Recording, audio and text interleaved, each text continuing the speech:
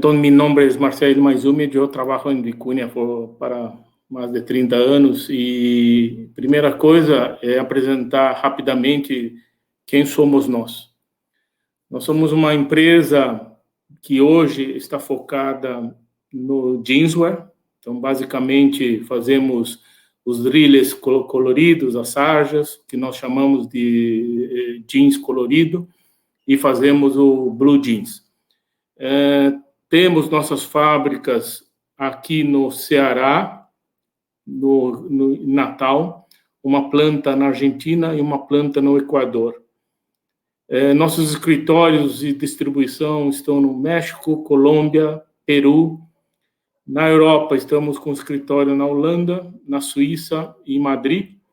E também temos uma distribuição no Sri Lanka para abastecer o mercado de Bangladesh. Então, é realmente uma empresa que se tornou uma multinacional, global, e a gente enfrenta, por ser uma empresa global,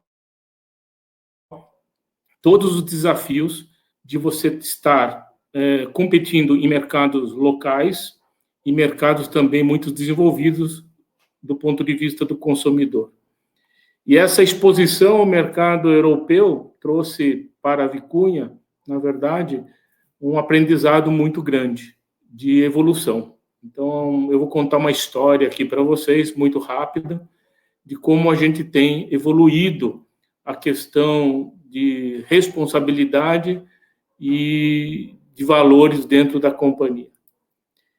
Então, eu queria focar muito a palavra sustentabilidade e no seu significado. Para nós, o significado da sustentabilidade é algo muito simples e ele tem que ser sensível, ele tem que ser simples, a definição tem que ser simples. E eu podia estar aqui falando de produtos, eu podia estar falando aqui de produtos com reciclado, produtos com resíduos, podia estar falando com produtos que consomem pouco químico, que têm eficiência energética, eficiência hídrica, mas não é isto minha palestra. Eu podia também estar falando de todas as iniciativas sociais que a empresa tem, um projeto muito grande já instalado, o Pracer, na verdade é Pracer Segurança, é Seguridade, em todo dia, dentro da organização. Todas as reuniões da Vicuña começam com o Minuto da Segurança. Eu podia estar falando de um projeto social que tem mais de 25 anos, que é o projeto Pescar, onde nós acolhemos jovens que estão em condições sociais vulneráveis e ajudamos na educação e no começo da jornada profissional desses jovens. Eu podia estar falando também de muitas práticas internas, né? Desde qual tipo de algodão usar, por que usar, qual tipo de tecnologia utilizar, falar sobre pegada de carbono, pegada da água, mas não é também isso que eu quero conversar hoje com vocês. Então, não vou falar de produtos da Vicuña, não vou falar das iniciativas da Vicuña, não vou falar de práticas internas, mas eu vou falar de alguns conceitos que, para nós, são conceitos humanos. Primeiro, sustentabilidade para a Vicuña está na primeira frase. Simplesmente fazer e desejar o bem. Essa é a definição nossa para sustentabilidade. Então, se vocês me perguntarem, fazer o bem e desejar o bem a quem? As pessoas. Quais pessoas? Todas as pessoas. Então, fazer e desejar o bem ao mundo. Qual mundo? O único mundo que nós temos. É o mundo que a gente vive. Que ele é único. E, claro, desejar e fazer o bem para nossas organizações, né? Para a cadeia, para as empresas que nos fornecem, para as empresas que a gente fornece, para os nossos clientes e, inclusive, para os nossos concorrentes. Então, esta, para nós, o grande mantra de sustentabilidade, porque se você deseja e faz o bem, você realmente está fazendo o papel de ter uma empresa sustentável, pessoas com pensamento sustentável que vão gerar produtos, serviços, formas de trabalhar sustentáveis. E aqui eu deixo uma memória, um lembrete para vocês que sustentabilidade já não é mais um fato, é uma história. Não adianta eu falar, eu sou sustentável porque, por exemplo, uso algodão orgânico. Usar algo bom por si só não te faz uma empresa sustentável. Fazer uma ação de marketing não te faz e não cria uma empresa sustentável. Então, a sustentabilidade é um conjunto de muitas coisas que vai contando uma história e vai criando um legado a ser deixado para o futuro. E, para isto, nós desenvolvemos, na verdade, um framework. E esse framework que a gente desenvolveu, nós desenvolvemos esse framework não para a Vicuña, mas para todos a cadena. Empieza em la matéria-prima até o consumidor final. Então, quando a Vicuña entende que a quem ela atende com seus projetos, toda a cadeia que nós estamos inseridos, inclusive o consumidor final. E a gente entende que debaixo dessa cadeia existe, sim, algo que o consumidor final busca para que seja comprovado algumas ações que as empresas fazem em prol das necessidades do próprio consumidor. Por exemplo, se você quer comer comida orgânica, como que você sabe que é comida orgânica? Você precisa de um selo. Você necessita de um certificado, de algo que comprova que para o consumidor que você está fazendo as coisas que ele quer. Então, não adianta a gente negar a existência dos selos, das certificações e tudo mais. Não adianta a gente negar mais os movimentos que buscam causas. Por exemplo, o Fashion Revolution. Né? Ele é um movimento. E debaixo existem criações de selos. O Cradle to Cradle. Na parte de químicos, você tem o ZDHC. Na parte da matéria-prima, do algodão, você tem o BCI, que para mim não é um selo, porque ele não é rastreável, mas tudo bem, ele foi criado para praticar o bem. Então, você tem as suas certificações ISO, os selos Ecotex. Algumas empresas vão desenvolver seus próprios selos, seus próprios certificados, como a Vicuña tem seus certificados de produtos que têm uma pegada de água menor, um produto que tem pegada de matéria-prima reciclada melhor. Então, aqui há uma necessidade de entender a certificação e os selos. Para quem ela serve? Ela serve para o consumidor final. O consumidor final vai colocando muita pressão em cima do retail, do varejo, em cima da costura, da lavanderia e para empresas como Vicuña, que é fabricante de tecido. E, é claro, chega até a matéria-prima. Então, entendemos que os certificados e selos que tanto atendem compliance e causas, elas são necessidades que a gente não pode mais negar.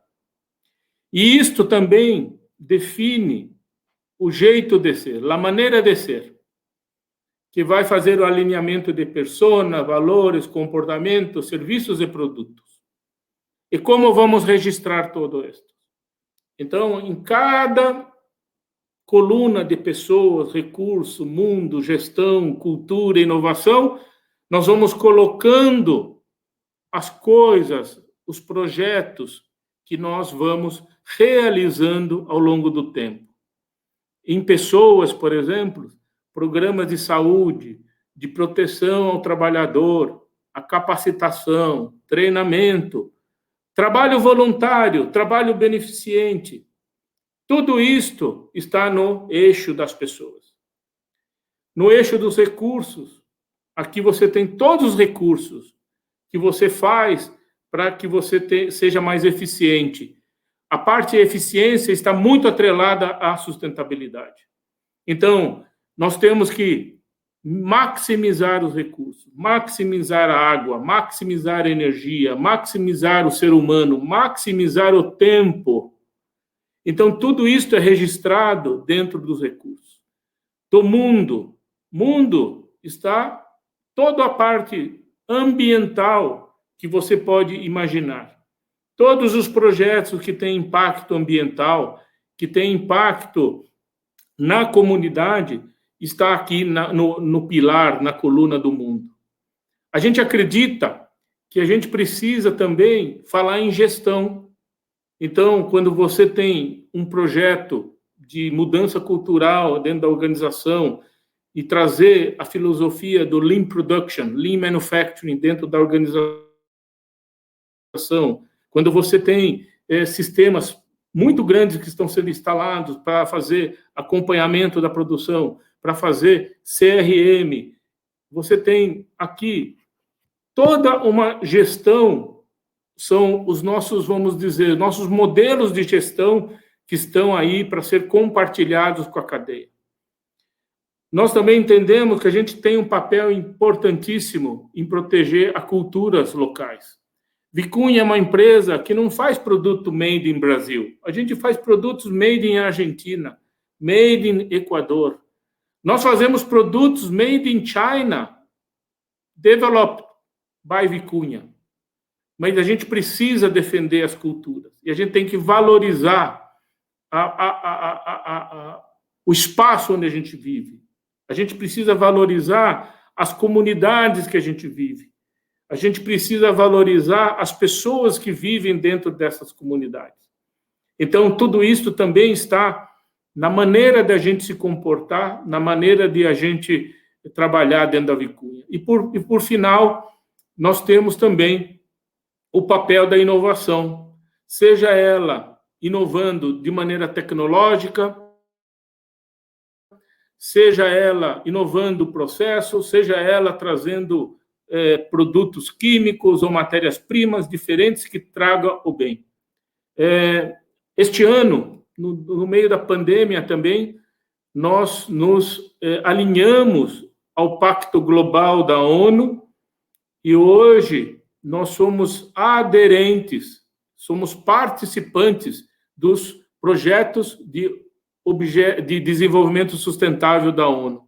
São 17 ODS, são 17 goals, são 17 retos de desenvolvimento sustentável. Então, este framework que está aqui, vocês podem copiar, vocês podem usar, porque cada empresa tem um jeito de ser diferente. Então, aqui eu vou dar um exemplo de água. Eu vou dar um exemplo para vocês como esse frame ele tem que ser utilizado de uma maneira muito holística, muito ampla. Eu queria saber se vocês entendem o que é consumo de água e o que é impacto de água. Há 3 anos atrás, nós fizemos um trabalho de consultoria que levou mais de 1 ano, que foi adaptar uma metodologia de pegada hídrica para o setor do jeanswear. E as pessoas não sabem a diferença de consumo e impacto. E eu vou trazer aqui a diferença para vocês de consumo e impacto. Consumo, basicamente, é a quantidade de água que você usa para fazer qualquer coisa. Então, essa água de entrada é água de consumo. Ok? Todo processo gera água de saída. Em teoria, esta água de saída vai para o meio ambiente, retorna para o meio ambiente. E qual é o problema desta água? O problema desta água é que não importa o quanto menos nocivo é o seu produto que você usa, mas o fato é que esse produto ele vai sair na água de saída na forma de poluente. Então, todo lugar que tem excesso de poluente, independente da característica do poluente, ele gera poluição. O grande problema de todas as indústrias é realmente não só controlar a água de entrada, mas também controlar o nível de poluente que é gerado no processo. Mas isso também não é suficiente. Todos os países possuem leis normativas, legislação distinta, diferente. No Brasil, as leis ambientais são muito duras, são muito rigorosas. Mas não é por isso que a gente tem a lei rigorosa que a gente não tem poluição no Brasil. Por quê? Porque, na verdade, todo poluente a gente não consegue remover. Ele precisa ser transformado, na verdade, em elemento sem micro-organismo, inerte. Mas ele tem um problema. Para que ele volte ao meio ambiente, ele precisa desta água de diluição. A água de diluição é a única forma de você realmente devolver a água para o meio ambiente em condições adequadas. Eu vou dar um exemplo. Se tenho acá um vaso de sal e eu pongo meio litro em sal e te dou para beber, você não será capaz de beber.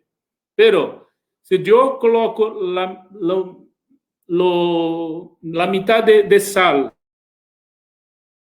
no mesmo vaso e coloco em swimming pool, numa piscina, em 1 milhão de litros de água, ok, você é capaz de beber a água. Por quê? Porque o poluente está diluído. Então, a diferença do consumo, impacto, é que o consumo você mede, o impacto você tem que calcular. A água de diluição, que é o impacto, tem que ser calculada. Por isso que a maioria dos lugares estão poluídos, porque esta água de diluição é teórica, ela não existe.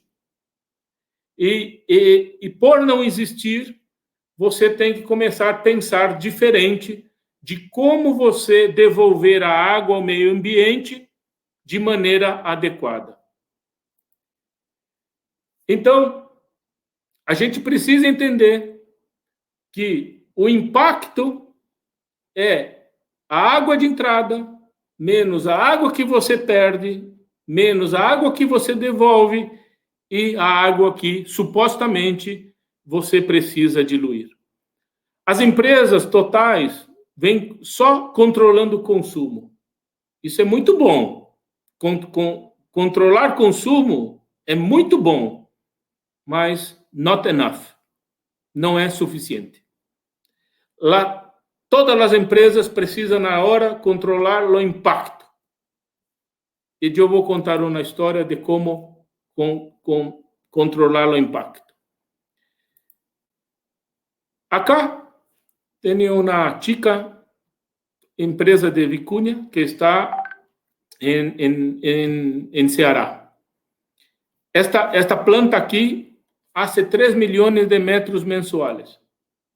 Temos 3 trenes detenidos de índaco, mais ou menos 1.100 pessoas que trabalham acá. Pero acá tem um problema. Está no meio de um deserto. Está aqui uma área semiárida, semidesértica, certo?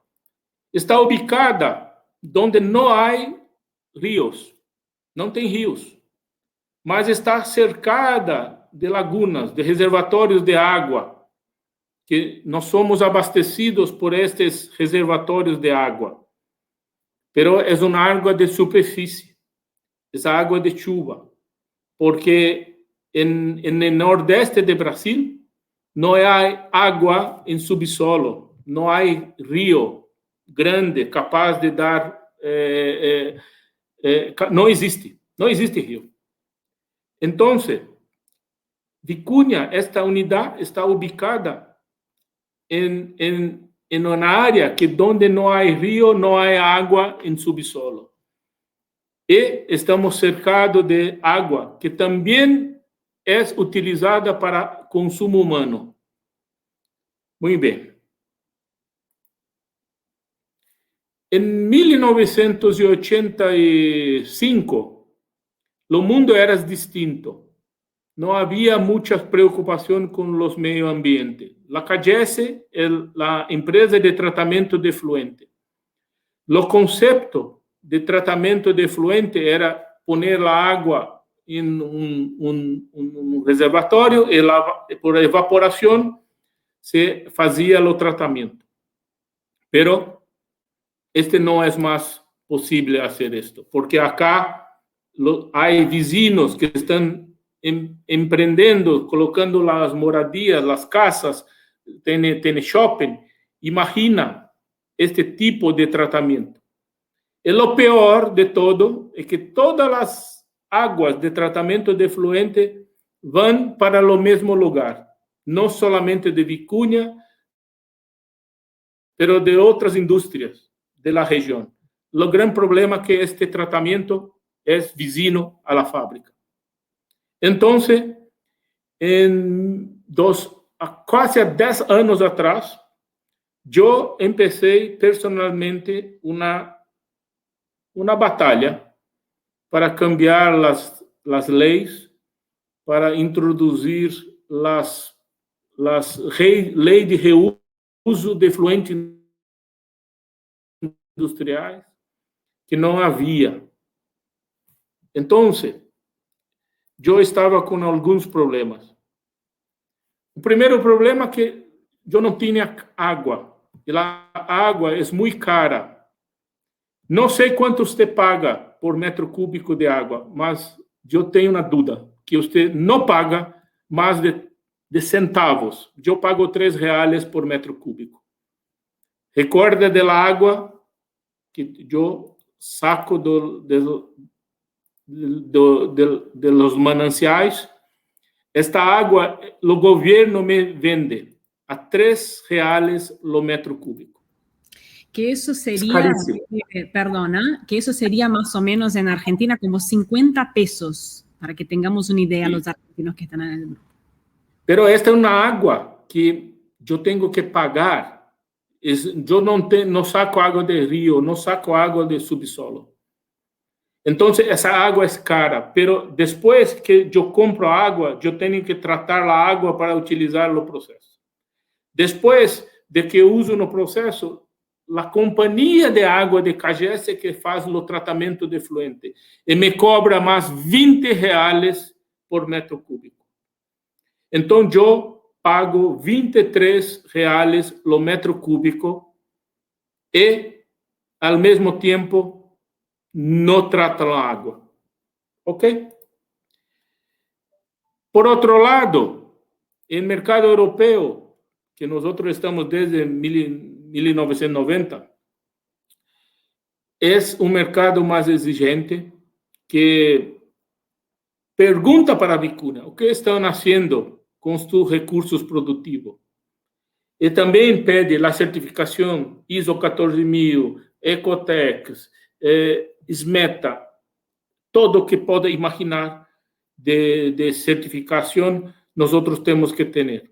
Pero agora estão pedindo, começando a pedir o reuso efetivo de água. E quando eu falo reuso de água, não estou falando de água que você utiliza em processo. Por exemplo, eu saco uma caixa de lavagem, eu aproveito a água e circulo. Esto para mim não é reusar a água.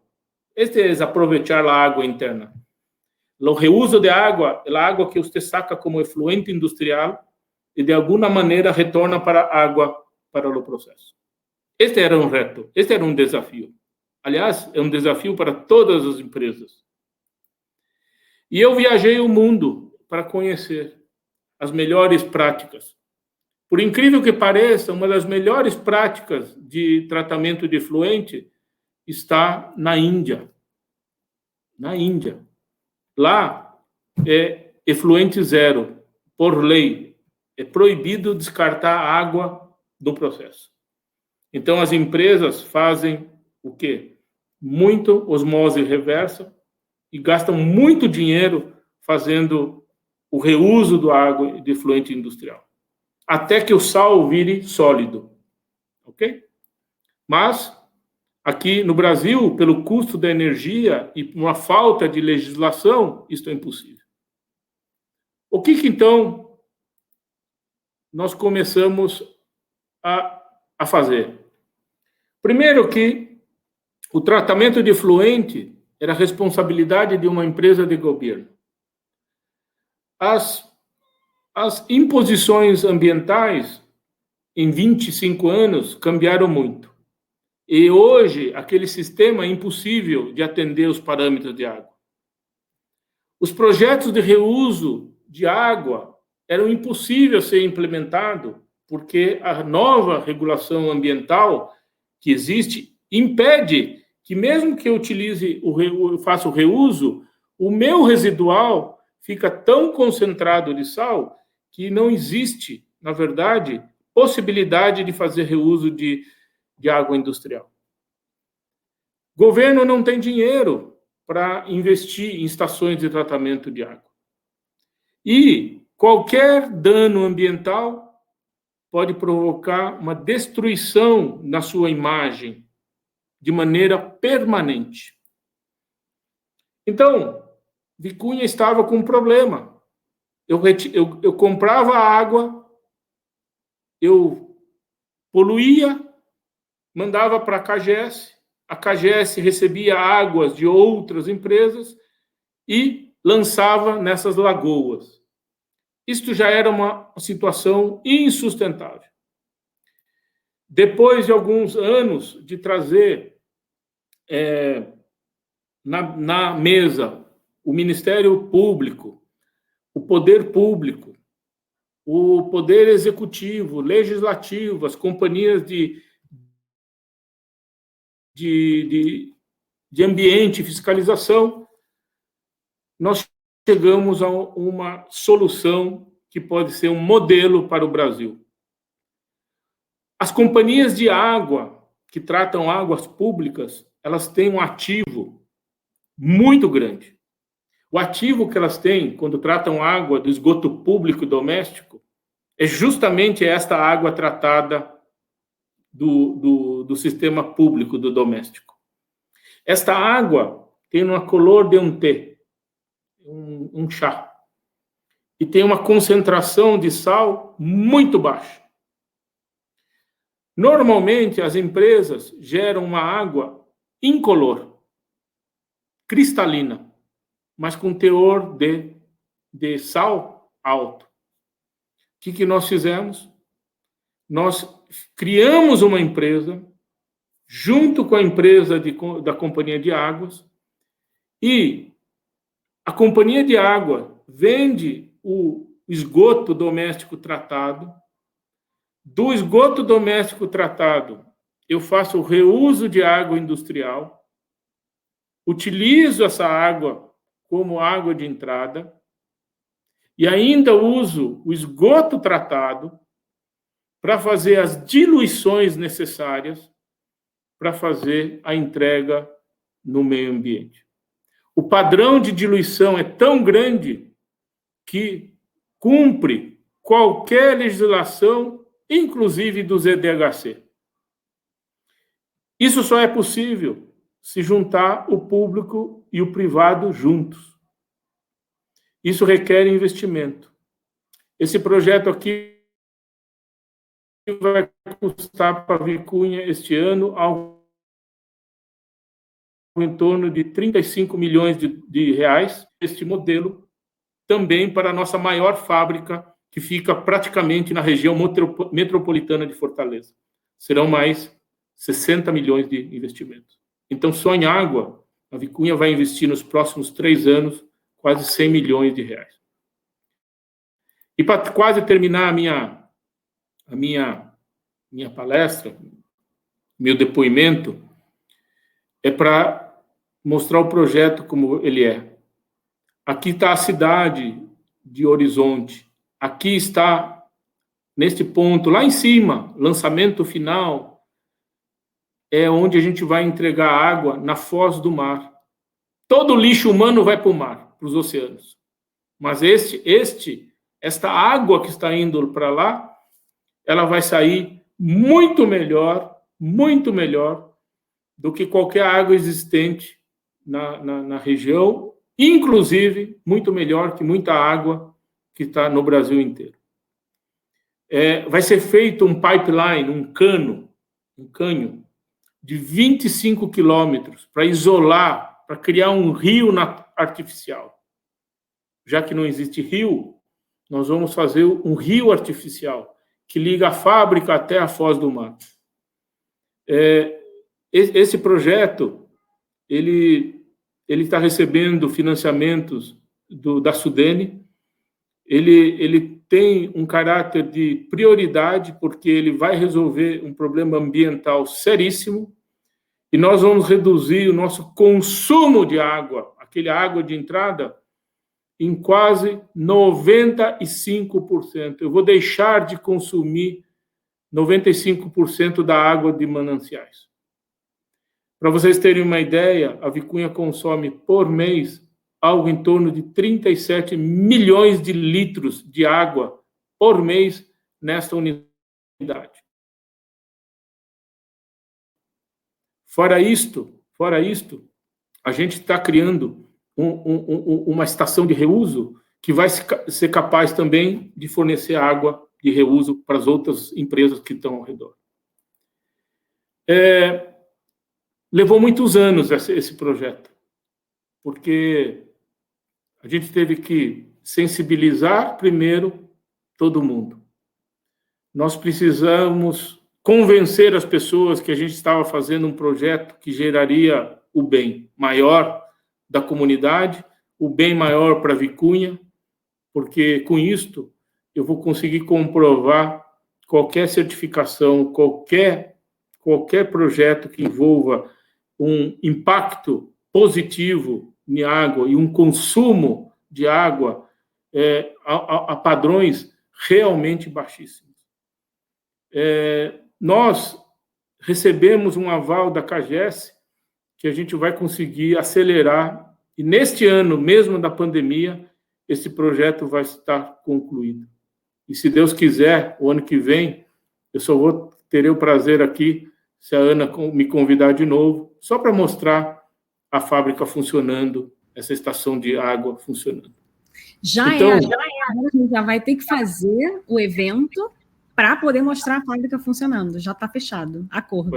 Vai ser um prazer. De qualquer maneira, qual é a minha mensagem, na verdade, que eu gostaria de deixar para vocês? É que, realmente, a sustentabilidade é algo que você tem que praticar. Ela tem que praticar. Eu, como indivíduo, eu tenho que praticar dentro da minha casa. Eu tenho que separar a basura. Eu tenho que fazer a separação de basura em casa. Eu tenho que fazer coisas para que a gente precise fazer no nível individual para que chegue no nível empresarial. Então, hoje, eu diria que a sustentabilidade dentro da organização se reflete não só em produtos, não só em políticas e práticas, não só em projetos sociais, mas também a gente fala de infraestrutura de Estado. Esse projeto, se der certo, ele pode ser espelhado, copiado no Brasil inteiro. Mesmo naqueles lugares onde tem abundância de água, pode ser praticado. Aqui tem uma pergunta de Juan, que está me perguntando para o tratamento de efluente, método técnico utiliza. Osmose reversa, claro. Biológico, no tratamento de efluente da industrial, biológico, físico-químico, osmose reversa gerando água bruta, de novo, e o concentrado, utilizo a água tratada de efluente doméstico e, assim, faço a diluição. Por que esse projeto é possível? Porque eu tive acesso à água de diluição, que é a água mais importante para controlar o impacto, é a água de diluição. Quando ela existe, ok, mas quando ela não existe, ela vira um grande ativo. Mas eu vou deixar um conselho para todo mundo. A abundância de água é aparente. Não existe abundância de água no mundo. Existe falta de água, né? Então, essa é a mensagem que eu queria deixar para vocês. Nós somos líderes de mercado, passamos a pandemia um ano muito duro, mas a principal razão da gente existir é realmente protegendo as pessoas, preservando o material humano que nós temos, fazendo produtos adequados ao mercado, trazendo soluções à cadeia inteira, sendo referência de consultoria para a cadeia e, sempre que possível, a gente compartilhando e distribuindo conhecimento, que eu acho que é uma das missões para que a gente possa continuar. Para decoloração de pigmento ou decolor.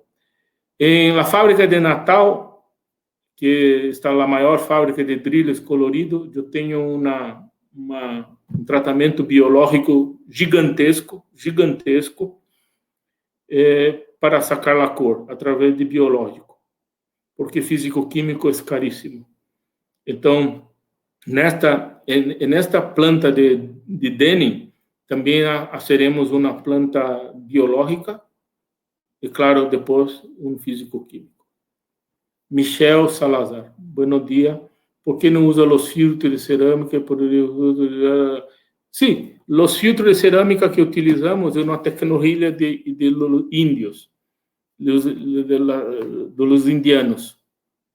La India tiene una tecnología, inclusive, no solo para los filtros de cerámica común que hacemos, porque hacemos una dupla filtraje con filtro de cerámica, pero cuando va a tratar la agua que está ya tratada, lo efluente industrial, tenemos que sacar lo sal. E o sal, desafortunadamente, necessitamos de osmose reversa. Então, o processo tem muito detalhe. Há filtração em todas as etapas. Onde podemos sacar água, sacamos a água. Que tipo de biológico? Juan, eu vou fazer um negócio acá, para não ser aburrido. Eu vou pôr acá em chat mi e-mail, e você pode fazer todas as perguntas que queira. Eu tenho o maior prazer em responder. Espectacular. Listo, justo. Está perfecto. Y esa es la discusión que creo que como que es la más saludable, que es la más enriquecedora. Todas las veces las pocas veces, ¿no?, que hablamos con Marcel, es esa Biblia que va enseñando a nosotros y que tiene esa curiosidad infinita. O sea, hace 30 años que hablan de sustentabilidad. Nosotros pensamos que esto hoy es parte de nuestro negocio. Eso no es tendencia. Eso es una necesidad. Y no es una necesidad de ahora. Ahora es desesperación. Es otra cosa. Ahora es salvar el hogar que tenemos, salvar la casa. Yo tengo un hijo de 4 años y quiero que esté acá, que viva por lo menos la misma cantidad de tiempo que yo estoy viviendo, pero no es posible si no hacemos nada. Entonces, todo eso que Vicuña nos enseña, yo que frecuento ya el mundo del denim hace 15 años y que cuando empecé a ir a las ferias veía todo el proyecto de Vicuña que hablaba de sustentabilidad cuando nadie hablaba de esto en la industria del denim. Como nadie hablaba de absolutamente eco, la palabra eco no existía en nuestra industria, porque no había el foco. Sí, ahora tenemos que correr contra el tiempo para ver si arreglamos algo, pero ya no es posible más volver a lo que teníamos. Ahora hay que hacer como lo que se puede llegar a hacer. Así que, Marcel, más que un gracias por esa charla, de verdad, gracias por tu actuación. Desde 7 años atrás. Exacto, o sea, gracias por actuar. Sí, gracias a todos. Bueno, yo agradezco un montón otra vez a Vicuña. Tengo una pregunta yo. ¿Cuántos metros hace Vicuña por año en todas las unidades? Más que nada para que yo me... Este año nosotros vamos a bater los récords.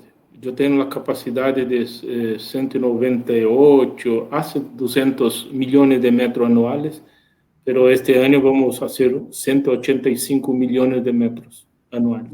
Perfecto. Es mucho. Perfecto. Bueno, eso es... Cuando usted produce mucho, usted tiene mucho más responsabilidad. Sí, sí. Y es lo que digo, cuando una empresa de este patrón habla de sustentabilidad, es porque dejó de ser marketing, gente. Hay que ser, es responsabilidad. Como deja de ser un ítem dentro de la colección, como decía él. Él podía hablar de productos, podía hablar de cualquier cosa, pero la verdad, hablar del concepto, hablar de la práctica, hablar de las acciones reales que existen en la estructura. Después todo es consecuencia. Allá. Es verdad. Así que... espectacular. Muchas gracias al chat. Tenéis algunas cosas para contestar. Marcel se queda un cachitín más con nosotros ahí en el chat. Gracias, Marcel, por absolutamente todo. Nos vemos con la planta lista. Sí, yo voy a invitar a usted, si la pandemia permitir, usted va a cortar la tesoura, va a cortar la fita. Me encanta. Buenísimo. Bueno, muchas gracias. Un abrazo grande. Gracias a todos. Un buen día de trabajo.